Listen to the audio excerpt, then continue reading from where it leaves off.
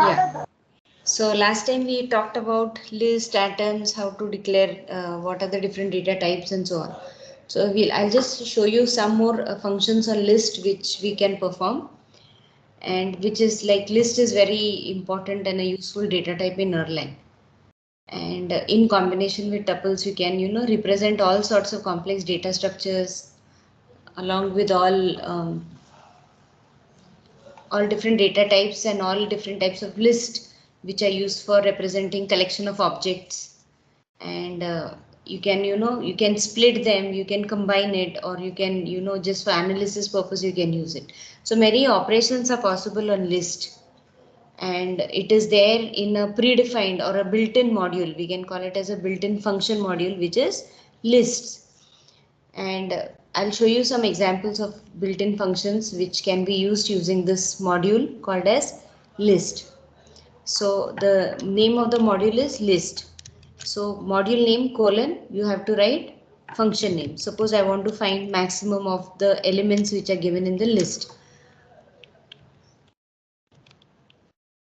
So I'll just enter some.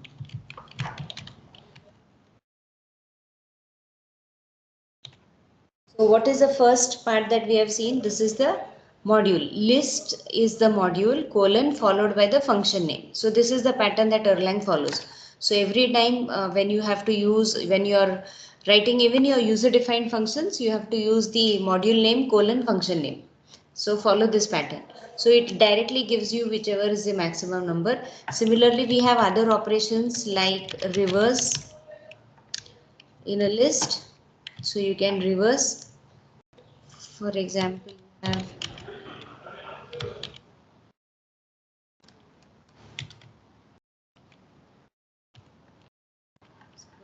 these elements.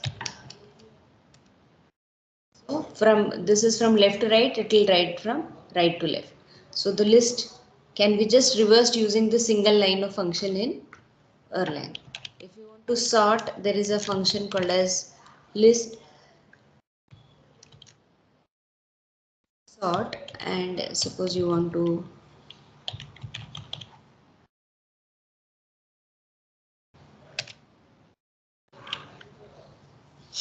some mistake.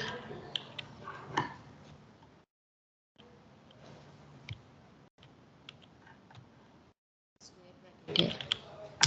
So it will sort it.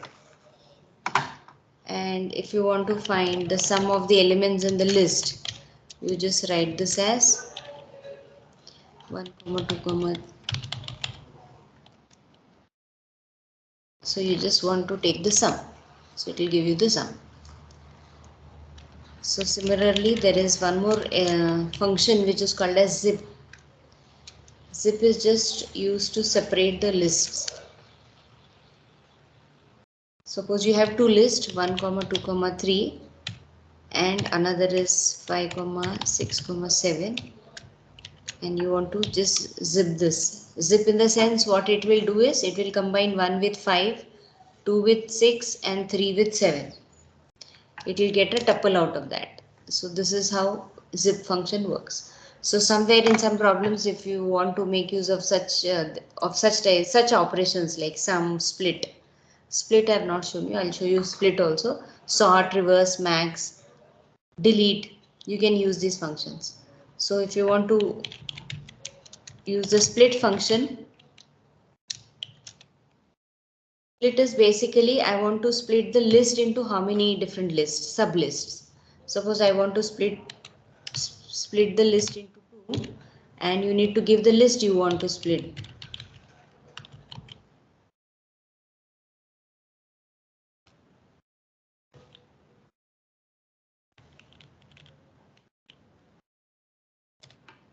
So what it is, the first parameter specifies how many lists you want to split into, and this is the list that is being given, so it will split it into two. Okay.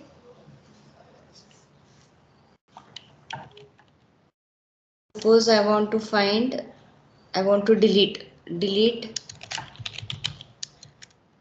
from the list. I want to delete 2 from the list, the second position from the list, and I will give the list as 1 2 3 comma 2 comma 4, 2. Even if it is repeating, it will delete the second.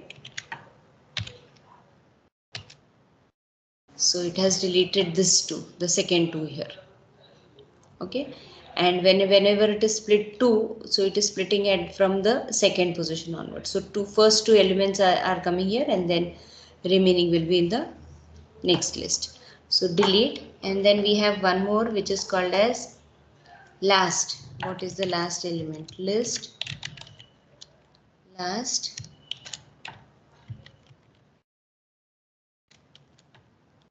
So we print the last element of the list. List member,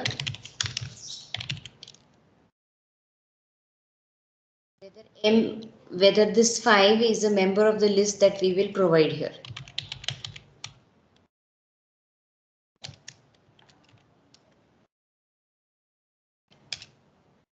So it will return whether it is true or false. If it is a member, it will return true. If it is not a member, it will return false.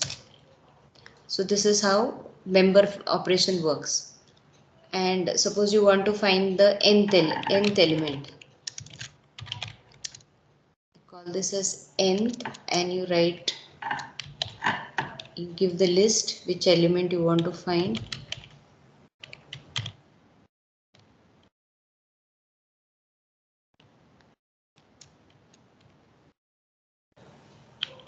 So it will give the position of the second element. Nth is just a general function name, but now in this case it will provide the second position element.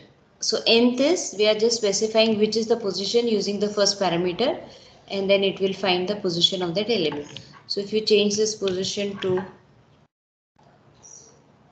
4, it should give the fourth element. So it gives 7. Now similar to these functions like reverse, max, or all these functions, we do not have function length, how to find the length of the list. So if you try to use this function here, it will give you a exception error. Okay, so there is no function as length, but if you use directly length and you try to find the length of a particular list, then it will give you the length as 4. But this cannot work as a function here. But directly if you are using it, you can use it, but you cannot work it with lists. So this is what we have with related to length and functions. Now we have already seen the plus plus and minus minus operation, right?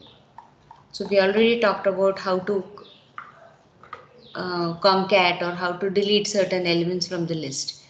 Then with respect to the comparison operators, equal, slash equal to is not equal to, exactly equal to is this. If you want to use operations like exactly equal to, then this is the operation which we use for exactly equal to. Exactly not equal to, this is replaced by, the colon is replaced by a slash. This is exactly not equal to. Then you have less than or equal to, less than, greater than equal to, greater than. So these are all the comparison operators. So equal is basically for, this is for equal to. And if you want not equal to, it is slash equal to is not equal to. So remember all these comparison operators, because when we are writing certain code, maybe all these operators are going to be used. We also talked about all the variables, different types of variables, how these variables are declared, how do you use them, how the value once which is bound to a variable cannot be changed, and so on. So all these things we have seen. And last time we also started writing some functions. If you remember, we had written some functions. So basically I will just now execute those functions and see how we are able to compile and execute those functions, and how do we write the how do we compile and execute basically. So for these modules and functions, so basically I was talking about these modules and functions which actually are the basic units, and we can write sequential as well as concurrent programs using these modules and functions. And modules are contained in files with the extension .erl. So .erl is the Erlang extension, and you need to compile the file before the code in the modules can be run. And the compiled file or the compiled modules have an extension as .beam, B-E-A-M. I have mentioned this last time. So before we write our first module, we'll do some pattern matching. Let's try and see how we can make use of different data structures and work on some small modules. So I'll write a module called as rectangle, just to find the area of the rectangle. So I'll define this.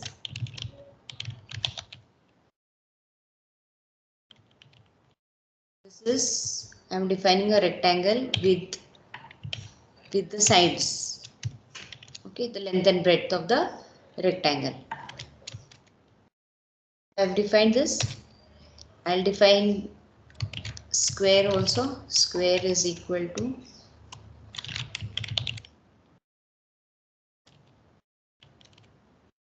square, and for a square I just need to specify one size, that is the length. So this is what we have specified. Now suppose I write this as rectangle comma width comma height. So this is equal to rectangle. What will this give?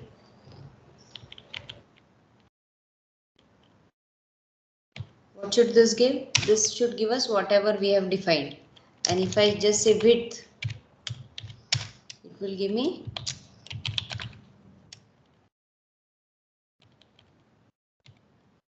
we have defined. So width was 10 and the height is 5. And suppose the same thing works with square comma side.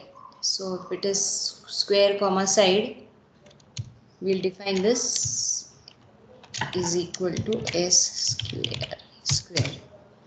And if you just type inside, it will give you the side. It displays the side. Now let's write a small module, and I'll just share this entire screen.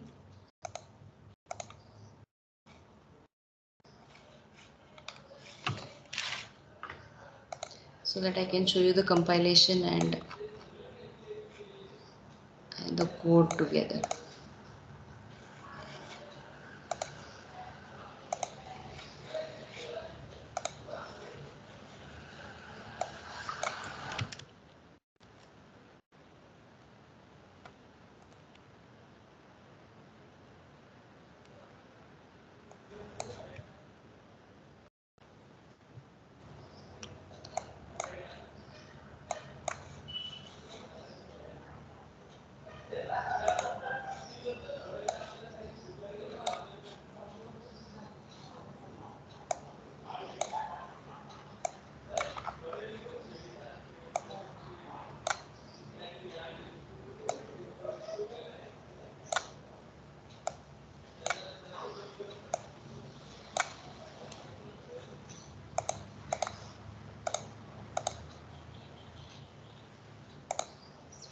Yeah, can you see both the screens?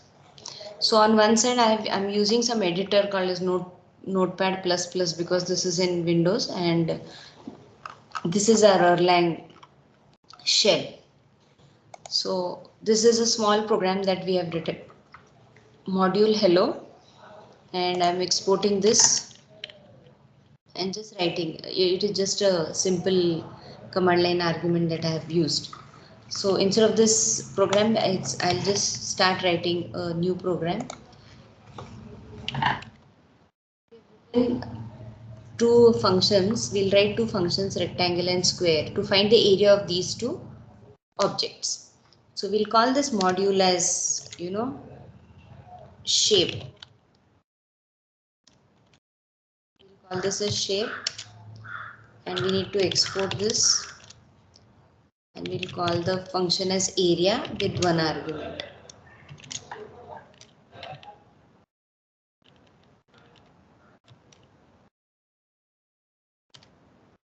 So these are the beginning statements of the program. And now I'll write the function area, and one is for rectangle,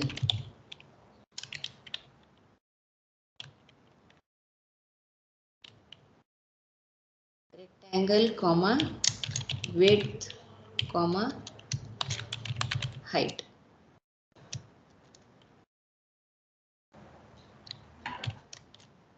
This, what is the formula? This is the program that we are writing. Width into height.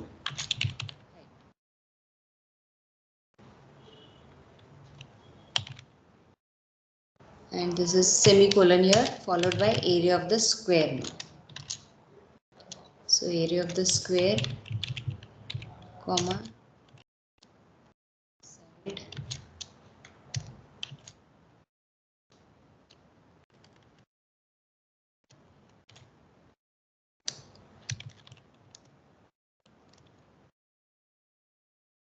and full stop.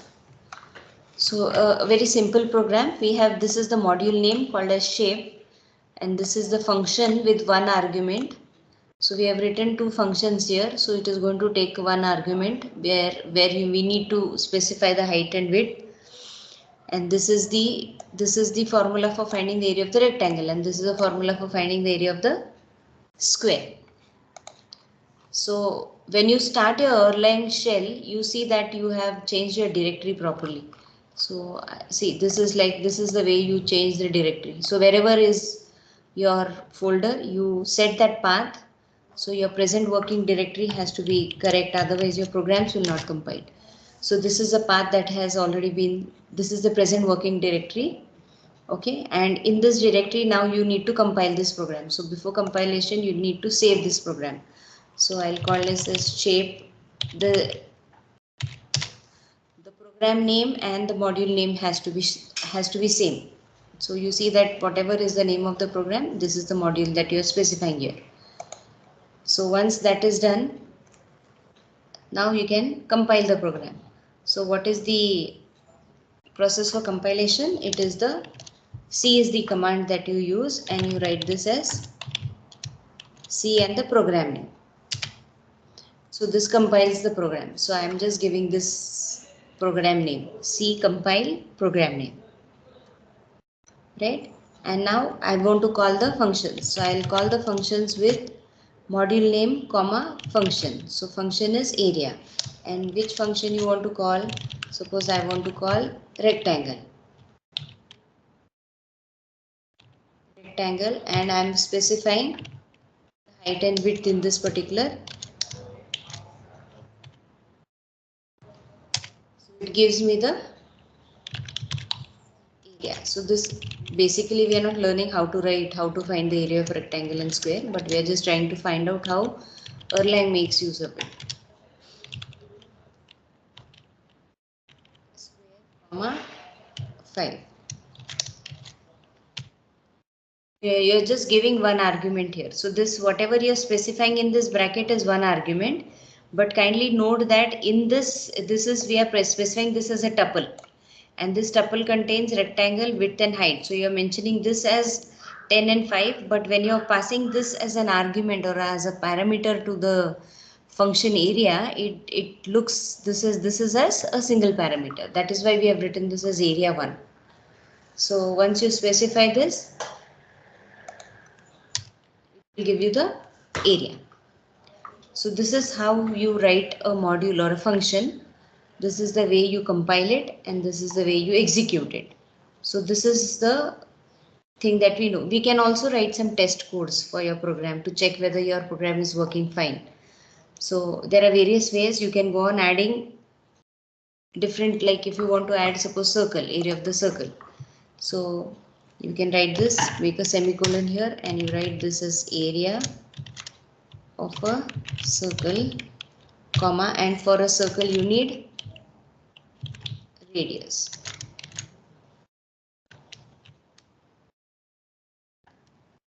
This is nothing but, I'll just write 3.14159 into pi r square. Full stop. So I've specified this. So a small change in the program and you can just run this. So you save it. So how do I run this now? How will I run this? Circle comma radius means I'll have to give some radius here. Radius is 7. What was missing? Can you find out the error? I want you to trace the error in this. Why has it thrown an exception? Then we have to compile. Huh? I didn't get you. What is a mistake in the program? Come on, tell me now. And then is different.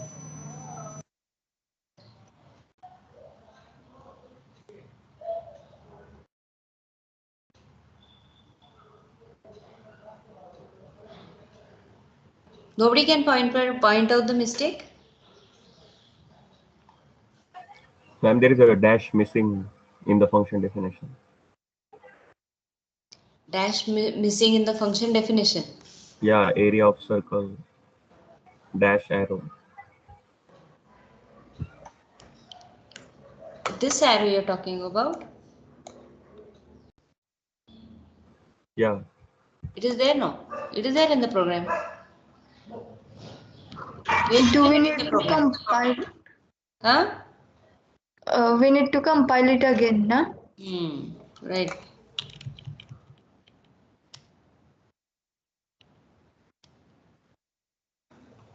Simple thing. We made a change in the program, so we had to compile it, right?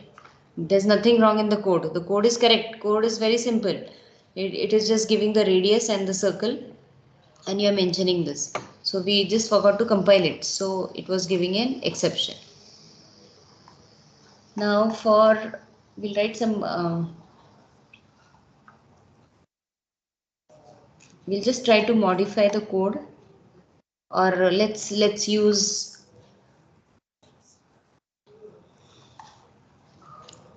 We'll write some other code now. On similar lines, can we write the code for finding factorial of a program? So I'll just erase this part here, and we'll try to write the code for finding factorial. And I want the code from your side. I'll call this as fact.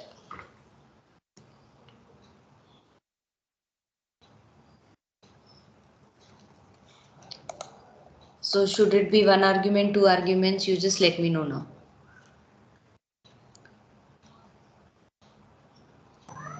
One argument. I'll give you 5 minutes. You think over it, and then we'll write the code. You can put it in the chat if you want, and I will write it. You just tell me.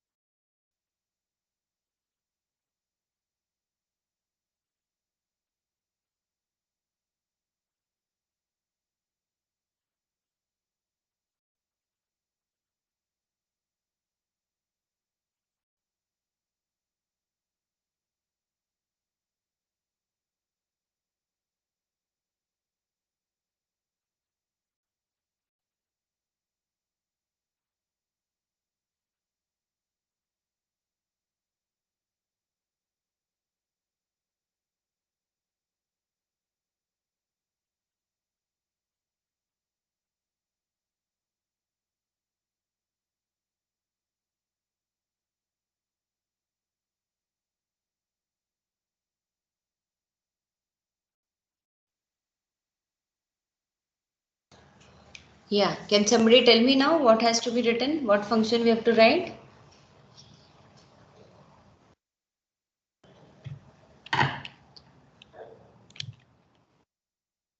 Factorial of 0 is 1. And factorial of n is going to be n into factorial of n minus 1. That's it. What was difficult in this? So we'll try to run and compile this. Now we need to call this name comma colon factorial of, if it is 0 plus 1. If it is any other number, it will give us factorial. A simple program just to find factorial of a number. Was this difficult?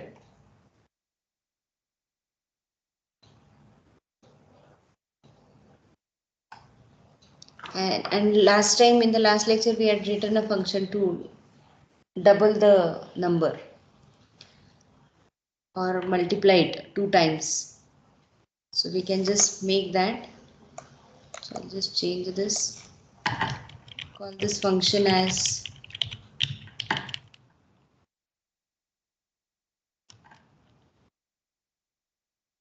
double. So we'll write a function double.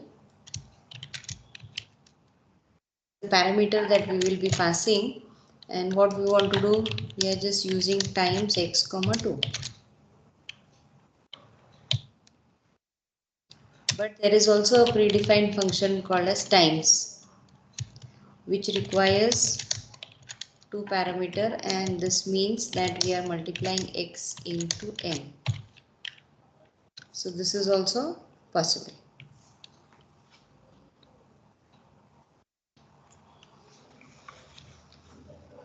So we'll make this a semicolon, save it.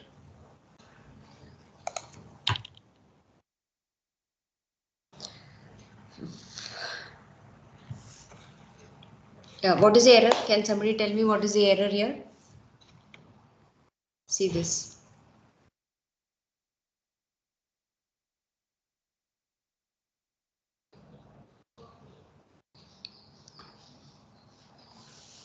What is the error? Ma'am, argument we have to mention 2. Or if I remove this statement and then execute this, it should not give me any error. We are using it. It is saying function double undefined. Now will it give me an error? Yes. What is the error? It is saying function double slash 1 is undefined.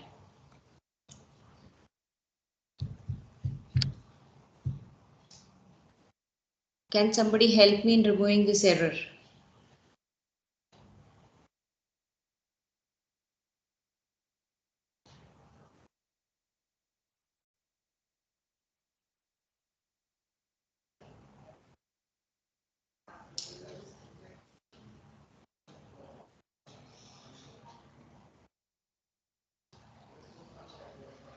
Nobody?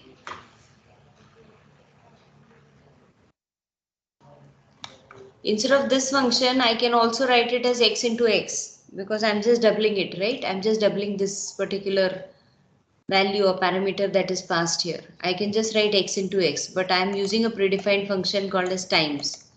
Times x multiplied by 2. So if you give x as 5 into 2, it should give you the answer as 10. But now it is giving me function double 1 undefined, and there is some error here also. This is gone now. Tell me, what is the error? Logically, you should be able to think and tell me what will be the error.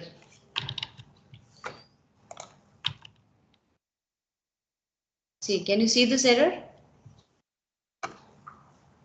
Function times slash 2 is undefined, it is saying. So do we need to specify times function?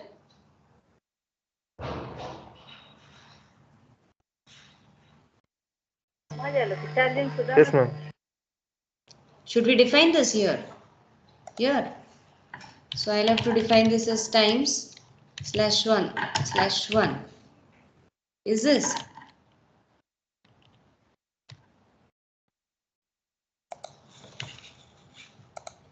Is this the way we have to do?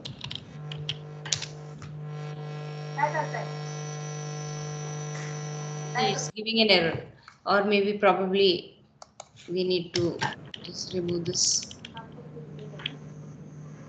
brackets.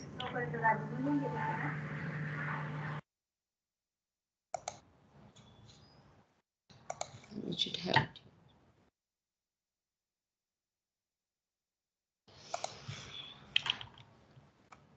Now, will it run or it will give an error?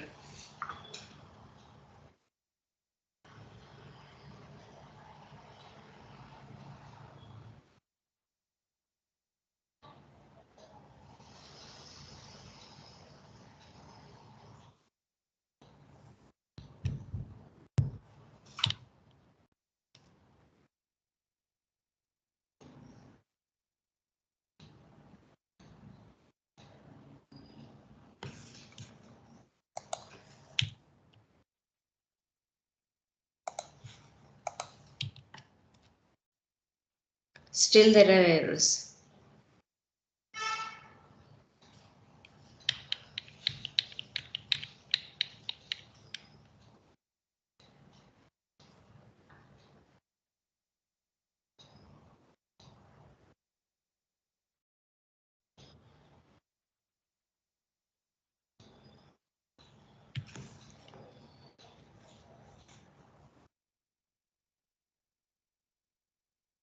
I'll write a totally new program here. All this is math.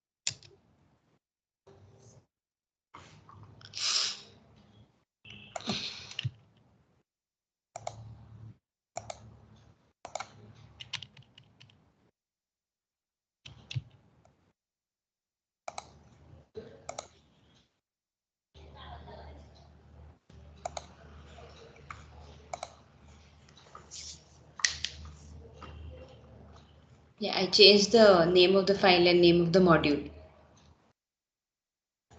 This did not get changed.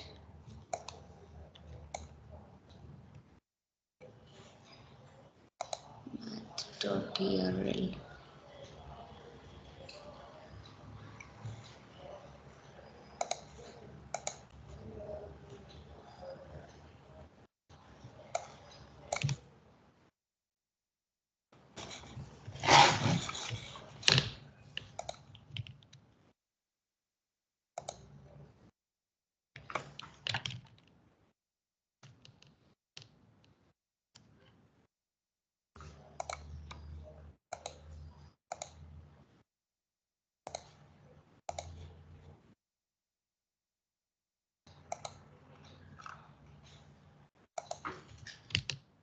Yeah, now tell me what is the error here. Shall we run this and see?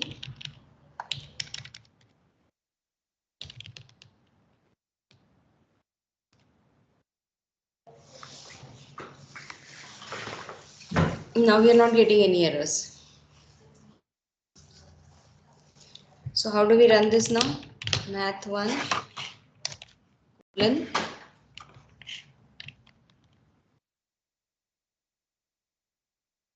so I'm calling this function now double of x. Times is a predefined function, so you need not define it here. And double is a function that we are writing. This is a user defined function. This is a built-in function. So if it is a user defined function, you need to export it. Otherwise you don't have to. So if you call this function now,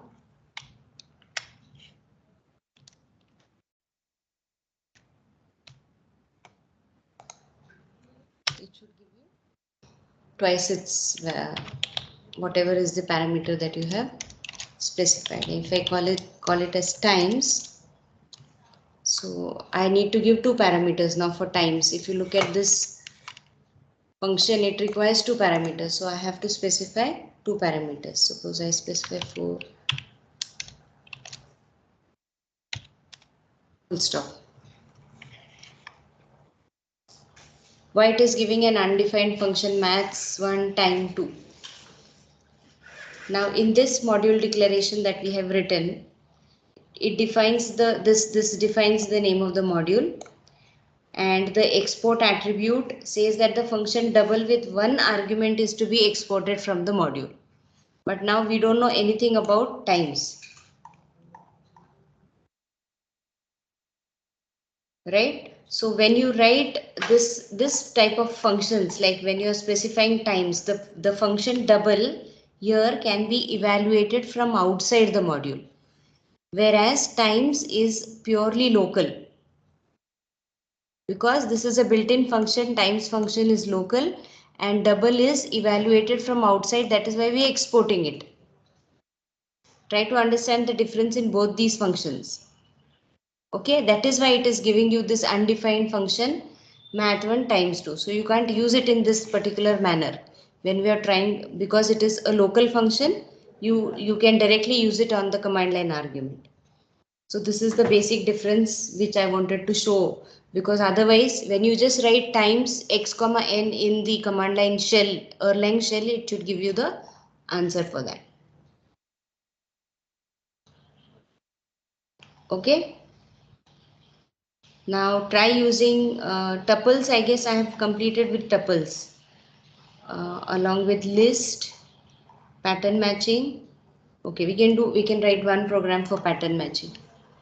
Now suppose I have another program. I'll call this as, suppose we just need to convert from Celsius to Fahrenheit. Temperature program, we'll call this module as temperature. We export, we'll call the function as temp convert, and it will take two arguments. So our function name is temperature convert /2, so it will take two arguments. So temp convert, and I want to convert Fahrenheit to this variable name as temperature, and it will take Celsius. So C is for Celsius, F is for Fahrenheit. And what will be the function? It will be nothing but Celsius comma 5 into, you should know the formula for conversion, temperature comma 32, and you have to divide it by 9. So this will give the conversion.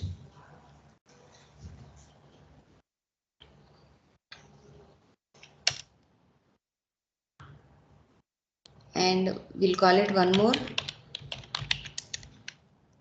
time with Celsius comma temperature. Like if it is Fahrenheit, it will convert to Celsius. If it is Celsius, we'll convert it to Fahrenheit. So we'll write both these functions. So if we are giving Celsius comma temp variable, then we will have to pass the parameter as Fahrenheit.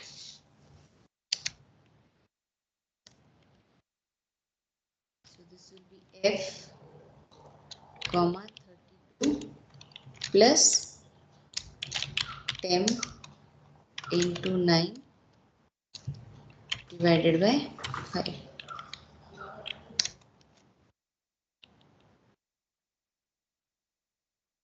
Understand how the functions are written rather than what is the logic and how we are writing it.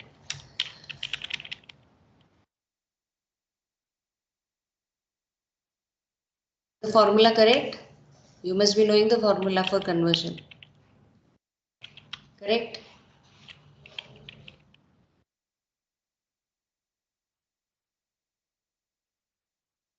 Just check and see if it is correct. 5 into temperature minus 32 divided by 9, and this is 32 plus temperature into 9 divided by 5.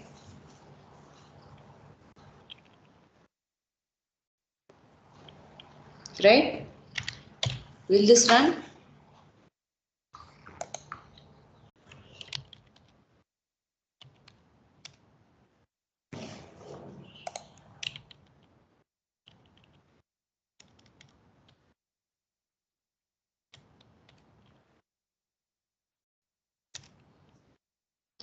Yeah, so it's working. Just run this temp comma temp convert. And now what you have to specify, how are you going to call this? We have done the similar example now. How will you call this? Temp colon function name. We have to specify this entire thing here. Right?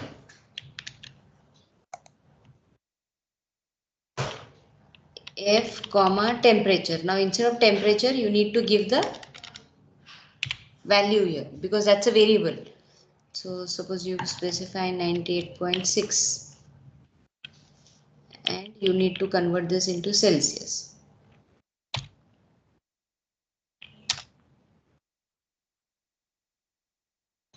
Where is the bracket?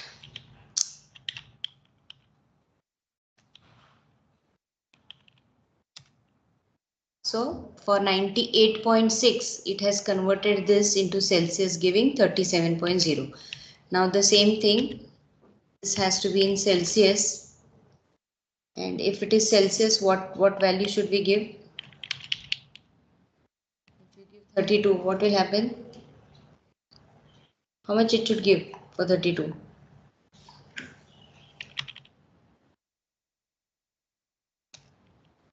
9.6. So we have converted this in Celsius, Fahrenheit to Celsius. So 98.6 in Fahrenheit is 37 in Celsius, and the vice versa here.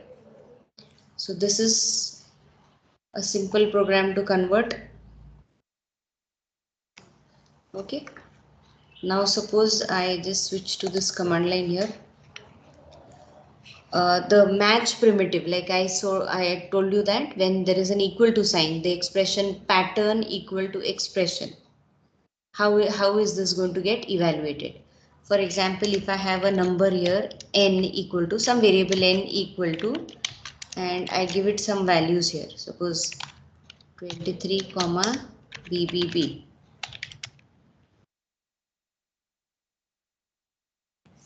So this number, and now when I want to allocate it to some variables a comma b is equal to n, will this work? N is equal to some value I am specifying, and then I am saying a comma b is equal to n. Like this is pattern matching. We are trying to match these patterns here. So what will be the output? Can you guess what will be the output of this statement? Whether it will give you an exception error or it will be some value. It will give some value.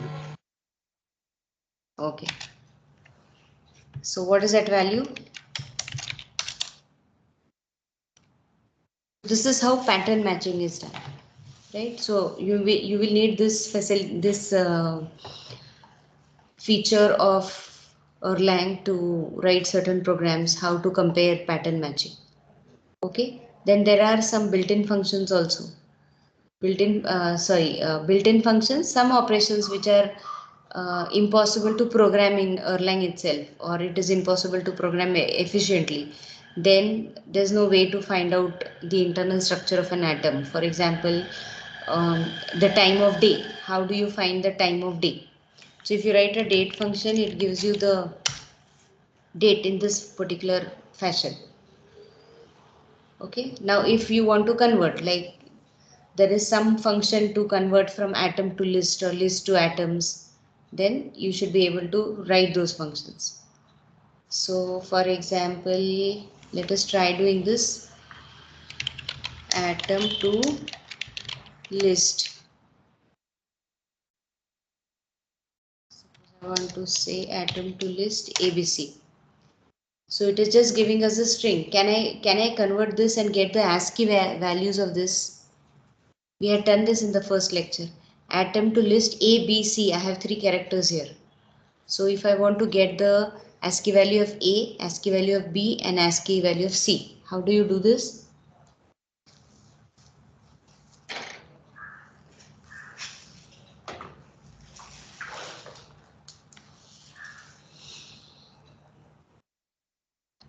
We have already done this. I'm just asking you what we have already done.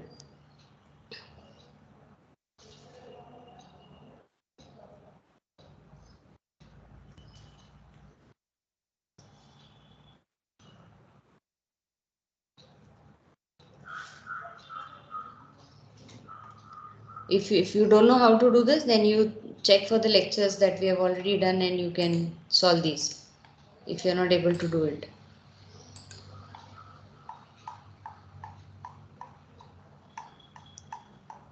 How many of you have started writing code in Erlang? Or you're still thinking of writing the programs? Next week I'll take a test, because maybe tomorrow I'll start with concurrent programming and then I'll finish with Erlang. So these are some of the important features that I'm showing you. After this, you have to go in depth and study all different functionalities that are present, study different inbuilt functions that are present, and then try to, because we are going to make use of all these functions when we are writing the concurrent program. So basic tasks, these are all simple things. Just to get you familiar with these things, I'm teaching this. Otherwise, we have to directly start writing concurrent program. So this, whatever I'm demonstrating, is all sequential programming. So you have to write concurrent programming, and that is very important. Okay, if you are not able to recollect, you find out what is the output. If I want to convert this to ASCII characters, I'll tell you the example also that I had taken. Hello string was written and I have printed the ASCII value of HELLO. So try remembering that and find out what is the answer. Okay, now I'll write one command here. Suppose list :map when comma 2 comma 3 comma 4 comma. What will be the output of this?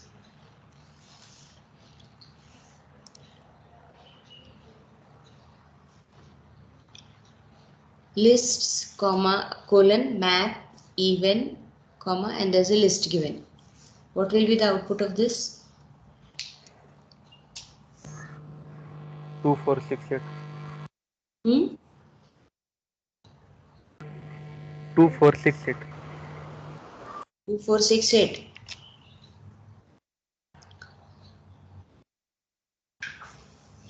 Why it is saying even is unbound?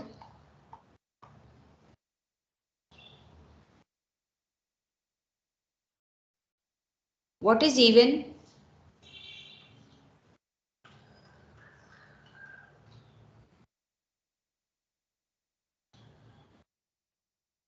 Even is a function, na? I'll define even as a function. Now suppose even is a function and it takes one argument x, and what I will write, x remainder 2.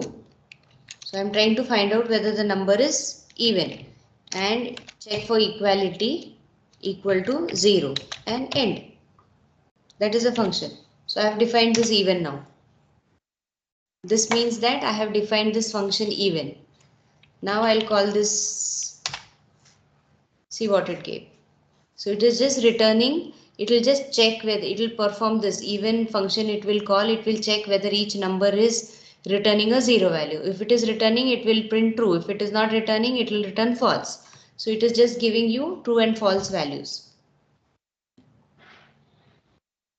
So it is just writing the function in that. Now suppose whatever answer now you have told, na? So that is for this list. I want to just filter out which are the even numbers. Suppose even, comma 1, comma 2, comma 3, comma 4, comma 5, comma 8. Now in this case it will filter out. It will give you the even numbers. So that is 2, 4, 6, 8. So there are many such functions available, inbuilt functions. So whenever I'll take a test in Erlang, it will be writing some small functions. So, and you have to write it using the Erlang built-in function. So if you can make use of those functions, you do it. Otherwise, I'll strictly mention that there you have to write user-defined functions. You need not use built-in functions. So in that case, you should be able to write the code. So any doubts in this? Anything that you have not understood?